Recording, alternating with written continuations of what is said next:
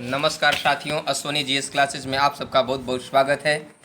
साथियों, हम सब आज फिर एक नए मॉक टेस्ट के साथ आप लोगों के समक्ष हाजिर हुआ हूं। साथियों, आज का जो मॉक टेस्ट है वह भी हिस्ट्री से रिलेटेड है और इस विकट परिस्थिति में हम भी पूरा प्रयास कर रहे हैं जिससे कि आपकी तैयारी एक पुख्ता तरीके से हो सके। साथियों, हम सब आइए इस मॉक टेस्ट को स्टार्ट करें। तो साथियों, आप देख रहे हैं कि सिंधु घाटी की सभ्यता, हड़प्पा सभ्यता से क्वेश्चन है पहला आपका कि सिंधुवासी किसकी पूजा करते थे। साथियों, देख रहे हैं स्क्रीन पे पहला क्वेश्चन दिख रहा है आपको कि सिंधुवासी किसकी पूजा करते थे। इसमें ऑप्शन दिया गया है, ऑप्शन भी देखेंगे। पहला प्रश्न है आपका ए वरुण की, बी पशुपतिनाथ की, सी अग्नि के, डी इंद्र की। सिंधुवासी पूजा करते थे। चार ऑप्शन है आपके सामने, जल्दी से आंसर इसका बताएं। इसका आंसर क्या होगा साथियों?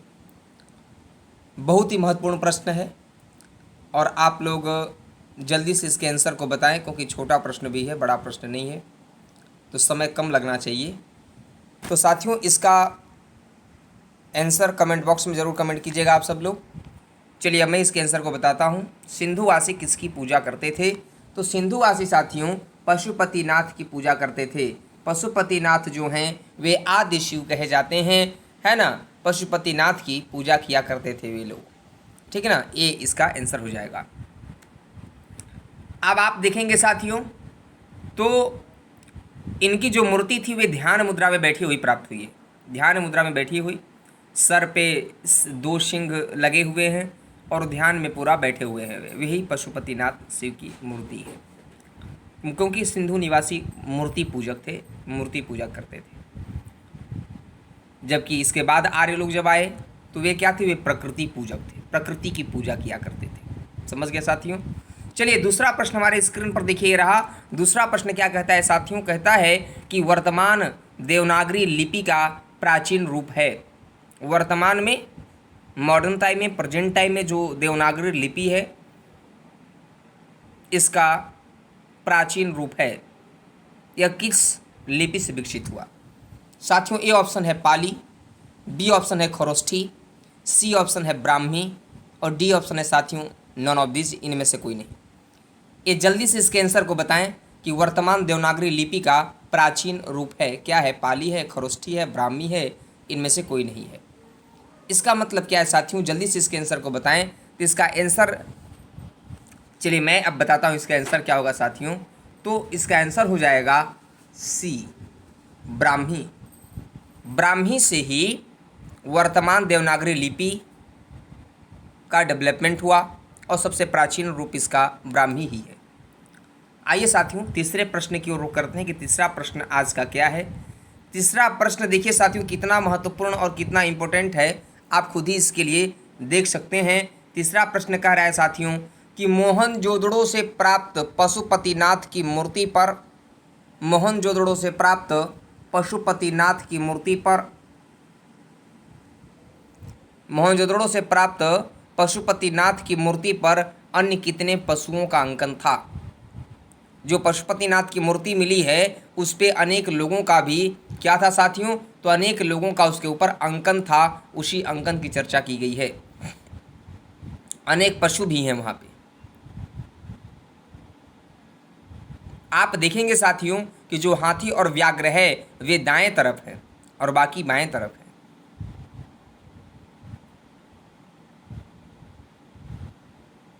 ये भी एक महत्वपूर्ण पॉइंट बन जाता है कि उनका स्थान किधर है। तो मोहनजोदड़ो से प्राप्त पशुपतिनाथ की मूर्ति पर अन्य कितने पशुओं का अंकन था साथियों? सिंह का था, भैंसा का था, घोड़ा का था, गैंडा का था। ए ऑप्शन है। बी ऑप्शन है गैंडा, वृषभ, हाथी, भैंसा। और सी है व्याघ्र, गैंडा, भैंसा, हाथी। डी है साथियों इनमें से कोई नहीं। तो जो हाथी और व्याघ्र थे वे एक तरफ थे, जबकि गैंडा और भैंसा एक तरफ थे। गैंडा और भैंसा एक तरफ और व्याघ्र और हाथी एक तरफ थे साथियों।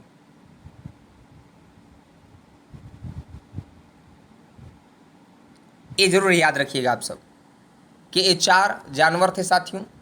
इनमें से सभी ऑप्शन में 4 पशु दिए गए हैं। कौन इसका ऑप्शन होगा, जल्दी से आंसर को बताएं। इसका आंसर 4 पशुओं को ध्यान में रखकर देना है आपको। इसका आंसर हो जाएगा साथियों सी। क्या हो जाएगा? सी। व्याघ्र, गैंडा, भैंसा और हाथी ये 4 पशु थे जो दाएं और बाएं भाग में रहा करते थे। मतलब मूर्ति में बना हुआ है। ये चारों पशुओं का अंकन जो है, पशुपतिनाथ की जो मूर्ति प्राप्त हुई है उसमें वाम पक्ष और दाएं पक्ष दोनों तरफ बनाए हुए हैं 2 पशुओं के चिन्ह हैं। आइए बात करते हैं साथियों, अगला प्रश्न है आज का। हड़प्पा की खोज के समय भारतीय पुरातत्व विभाग के महानिदेशक कौन थे? हड़प्पा की खोज के समय, जब खोज हुआ हड़प्पा सभ्यता का, उस समय भारतीय पुरातत्व विभाग के महानिदेशक कौन थे? A John Marshall, B George Dales, C Stuart Piggott महोदय और डी मैके महोदय। हड़प्पा की खोज के समय भारतीय पुरातत्व विभाग के महानिदेशक कौन थे? आप जानते हैं कि हड़प्पा की खोज 1921 में दयाराम साहनी ने किया था। उस समय भारतीय पुरातत्व विभाग के महानिदेशक कौन थे साथियों? तो जल्दी से जल्दी आंसर को कमेंट करेंगे आप सब लोग, तब मैं भी इसके आंसर को बताता हूँ। इसका आंसर हो जाएगा साथियों, क्या हो जाएगा? ए इसका आंसर हो जाएगा जॉन मार्शल। कौन थे साथियों? जॉन मार्शल जी थे। तो आइए देखिए आज का 5वां प्रश्न क्या है साथियों। 5वां प्रश्न कहता है कि वक्राकार ईंटें किस स्थल से मिले थे? वक्राकार ईंटें किस स्थल से मिले थे साथियों? बहुत ही महत्वपूर्ण प्रश्न है, इसके आंसर को जल्दी से बताने की कोशिश करें। वक्राकार ईंटें मिले थे। वक्राकार ईंटें कहाँ से मिले थे साथियों? जल्दी से आंसर बताएंगे आप सब लोग कि वक्राकार ईंटें किस स्थल से मिले थे। तो ए ऑप्शन है चनहुदड़ो, बी है लोथल, सी है कालीबंगा और डी है साथियों हड़प्पा। ये आपके पास ऑप्शन है, इसी को आपको देखना है, ध्यान से देखना है कि क्या इसका आंसर होगा साथियों। आइए देखें, इसके आंसर पर विचार करते हैं। इसका आंसर कहता है कि वक्राकार ईंटें कहाँ से मिले थे? वक्राकार ईंटें चनहुदड़ो से, बी लोथल से, सी कालीबंगा से, डी हड़प्पा से। तो इसका आंसर हो जाएगा साथियों, क्या हो जाएगा इसका आंसर? ए चनहुदड़ो से वक्राकार ईंटों के साक्ष्य मिले थे। कहाँ से मिले थे? चनहुदड़ो से मिले थे साथियों।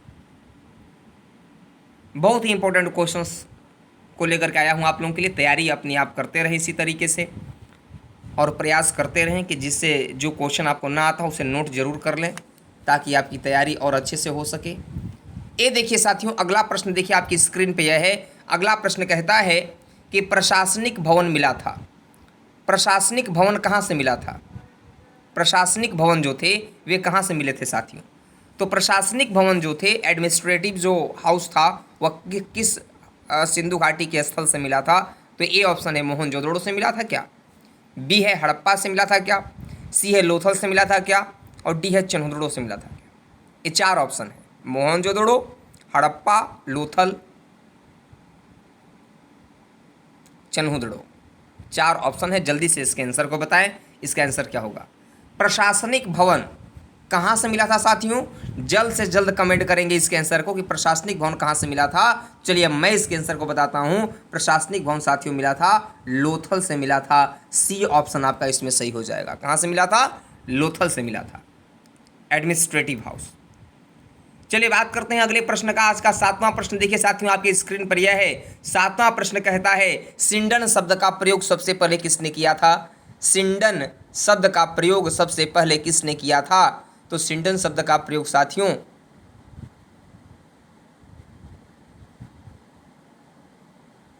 कपास उत्पादन से संबंधित है।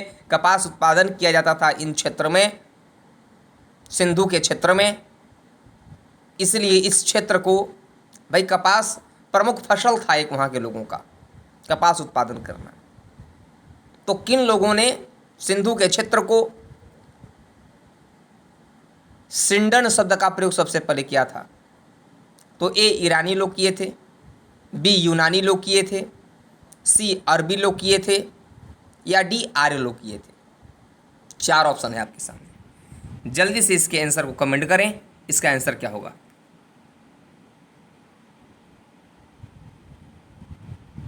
इसका आंसर हो जाएगा साथियों बी। यूनानी लोग जो थे वे सिंडन शब्द का प्रयोग किए थे। क्या किए थे साथियों?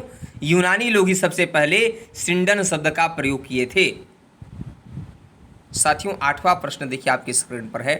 सिंध निवासी तांबा मंगाते थे। सिंधु निवासी के लोग जो थे वे तांबा कहाँ से मंगाते थे? खेतड़ी के खान से, A option. B option Balochistan से, सी ऑप्शन अफगानिस्तान से, और डी ऑप्शन दक्षिण भारत से। सिंध निवासी तांबा कहाँ से मंगाते थे? खेतड़ी की खान से मंगाते थे, बी बलूचिस्तान से मंगाते थे, सी अफगानिस्तान से मंगाते थे, या डी दक्षिण भारत से मंगाते थे। तो इसका आंसर हो जाएगा साथियों, जल्दी से जल्दी कमेंट करें आप लोग भी इसका आंसर को हमसे पहले, जैसे कि आप लोग अपनी तैयारी को जान सकें कि आपको यह क्वेश्चन पता है कि नहीं पता है। अगर नहीं पता है तो नोट जरूर कर लेंगे आप सब लोग।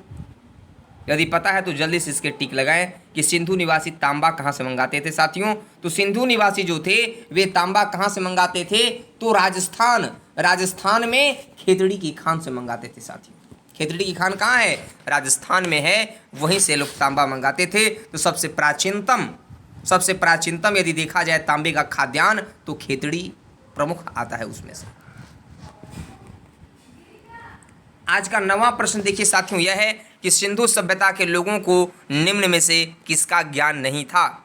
सिंधु सभ्यता के लोगों को निम्न में से किसका ज्ञान नहीं था? चांदी का, सोना का, लोहा का, सीसा का। किसका ज्ञान नहीं था साथियों? सिंधु सभ्यता के जो लोग जो थे बाकी 3 चीज़ों से परिचित थे जो ऑप्शन में दिया गया है। इनमें से एक चीज़ों से वे परिचित नहीं थे, उसको टिक लगाना है साथियों। तो सिंधु सभ्यता के लोग जो थे उनको किस चीज़ का ज्ञान नहीं था? बहुत महत्वपूर्ण प्रश्न है, छोटा प्रश्न है। अब तक आंसर बहुत सारे लोग दे चुके होंगे, बहुत फेमस प्रश्न भी है यह। तो साथियों क्या इसका आंसर हो जाएगा? लोहा से परिचित नहीं थे, लोहे की ज्ञान नहीं था, इसलिए शांति प्रिय उन्हें कहा गया कि शांति प्रिय थे सिंधु सभ्यता के लोग, युद्ध प्रिय नहीं थे। जबकि आर्य लोगों को लोहे का ज्ञान था क्योंकि वे युद्ध प्रिय थे। 10वां प्रश्न साथियों देखिए आपकी स्क्रीन पर यह है कि स्वस्तिक चिन्ह मिला था। स्वस्तिक चिन्ह, स्वस्तिक सिंबल कहाँ से मिला था? आप जानते हैं पूजा वगैरह होता है, लोग 4 व्हीलर लेते हैं, 2 व्हीलर लेते हैं तो सबसे पहले मंदिरों में जाते हैं, पूजा करने जाते हैं कुछ लोग, और कुछ लोग स्वस्तिक का सिंबल बनवाते हैं उसके आगे। शुभ कार्य होता है घरों के आगे तो भी लोग जो है सो स्वस्तिक का सिंबल लगाते हैं। तो वही स्वस्तिक सिंबल सबसे पहले कहाँ से मिला था? हड़प्पा से मिला था क्या? मोहनजोदड़ो से मिला था क्या? सी लोथल से मिला था क्या? या डी कालीबंगा से मिला था क्या? 4 ऑप्शन है, ए हड़प्पा, बी मोहनजोदड़ो, सी लोथल, डी कालीबंगा। जल्दी से जल्दी कमेंट करें आंसर को इसका कि स्वस्तिक सिंबल ऑब्टेन फ्रॉम किस जगह से मिला था। चलिए अब मैं इसके आंसर को बताता हूं साथियों कि जो स्वस्तिक चिन्ह था वह कहां से मिला था साथियों? वह मिला था आपका हड़प्पा से मिला था साथियों। कहां से मिला था? हड़प्पा से मिला था स्वस्तिक सिंबल सबसे पहले। ये आपके 10 प्रश्न थे साथियों, कंप्लीट हुए। और आपको यह सेशन कैसा लगा कमेंट जरूर कीजिएगा साथियों। आप जिस चीज़ की तैयारी कर रहे हैं उस तैयारी के लिए 10 प्रश्न बहुत ही महत्वपूर्ण थे, जरूर इसको ध्यान दीजिएगा, जरूर नोट कीजिएगा, लिख लीजिएगा। जिसको पता होगा, जिसको नहीं पता होगा वो नोट कर लेगा साथियों, और अन्य लोगों तक भी शेयर कीजिएगा जिससे कि अन्य लोग भी टेस्ट दे सकें और अपनी तैयारी को परख सकें। तो आज के लिए साथियों बस इतना ही। इसी तरह से आप सब लोग अपना प्यार बरसाते रहें। तो आज के लिए साथियों बस इतना ही। नमस्कार, जय हिंद।